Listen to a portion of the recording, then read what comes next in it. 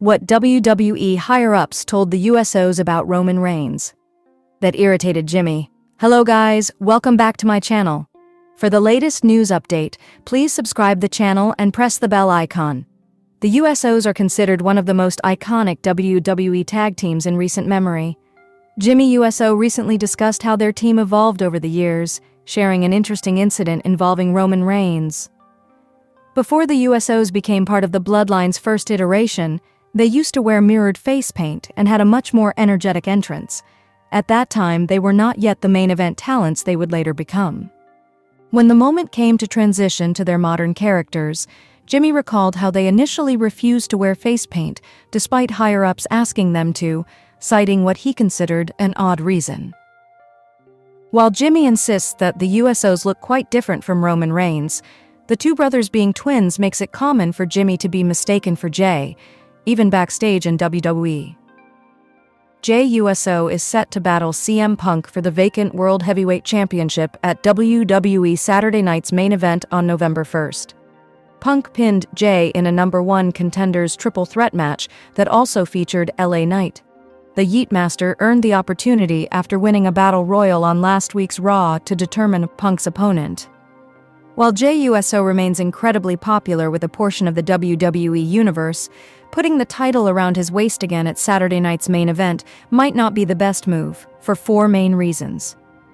Jey Uso won the 2025 Royal Rumble match and used that momentum to defeat Gunther for the World Heavyweight Championship at WrestleMania 41.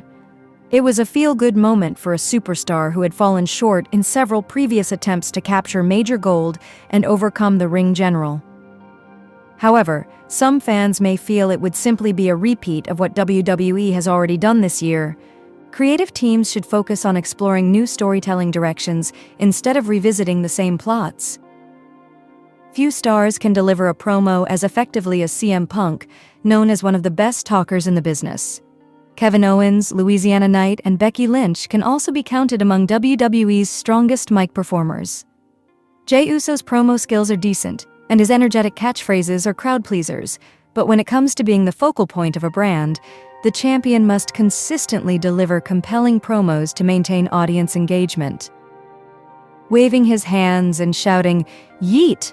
only goes so far before it starts to feel repetitive. A great champion elevates feuds with sharp, emotional, and creative promos, and Punk's experience gives him an edge in that area. Although Jey's WrestleMania victory was satisfying and emotional, his subsequent title reign couldn't quite match that high point. During his 51-day run as champion, Jey faced Seth Rollins, Logan Paul, and Gunther. His match with Rollins ended in a no contest, and while he defeated the Maverick, that rivalry didn't add much to his reign. The ring general later reclaimed the title on an episode of Raw. While Jey's matches were solid, they didn't quite reach the excitement level fans hoped for, and his promo segments didn't stand out either.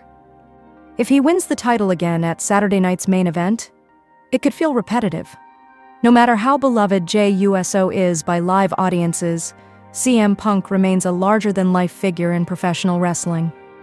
Fans chanted his name for nearly a decade before he made his WWE return after his departure from AEW. Jey didn't capture singles gold until 2024, while Punk is already a multi-time world champion. After overcoming an injury, Punk finally regained a major title, only to lose it moments later due to a cash-in by Seth Rollins. This time, if Punk wins the vacant championship, he deserves a long and meaningful reign. He teased several feuds already: Roman Reigns, LA Knight, Braun Breaker, and writers should pursue those storylines instead of repeating Jey Uso's title run.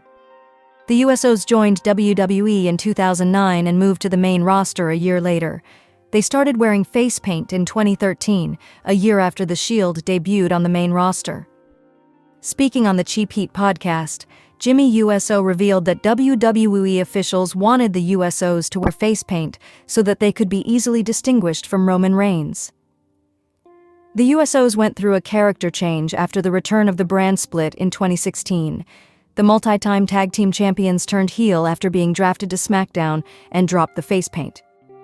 The Yeet Master quit SmackDown and separated himself from Roman Reigns and Jimmy Uso in 2023. Since then, Jey Uso has moved to WWE Raw and worked hard to make his singles run a major success.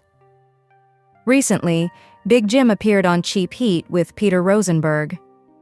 During the conversation, he was asked if he feels jealous of his brother's success, especially since he still hasn't had the opportunity to fully show what he's capable of doing. Big Jim admitted that he feels it every day and that he also deals with fans across the globe referring to him as Jey Uso. However, he believes the competitive drive within him is waiting to be unleashed very soon. Every day it runs through me. Every day when he comes out, every show I'm at, every crowd reaction, every cheer, it's all around the world, man. You know, there was a time we were on the same show. I came out first and we had 2 different matches. It was strange. I had a match early on in the show and I remember my music hitting. It is what it is.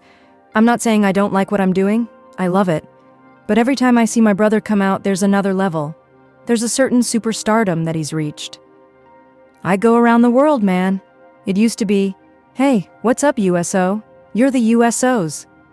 I told Jay this. Now people call me him. So yeah, it's a different feeling. I'm grateful for it, bro. I love it. But it's bittersweet, too. There's still something inside me waiting to break out. I haven't had the chance to let it loose yet, but I feel like that moment is coming soon. With Cody Rhodes fully committed to his rise to the top of WWE as he aimed to finish his story, there didn't seem to be much that could stand in his way as he sought to unseat Roman Reigns as WWE Champion at WrestleMania 40 after falling short the year before. Enter Dwayne "The Rock" Johnson. Fresh off being named a TKO board member, The Rock inserted himself into the main event picture, and for a time took Cody Rhodes out of the title shot he had earned at the Royal Rumble, until fan backlash forced a change of plans. This led to The Final Boss, an over-the-top version of his classic Hollywood Rock persona. As The Rock mocked fans by calling them Cody crybabies, he continued his battle against Reigns to determine the ultimate head of the table.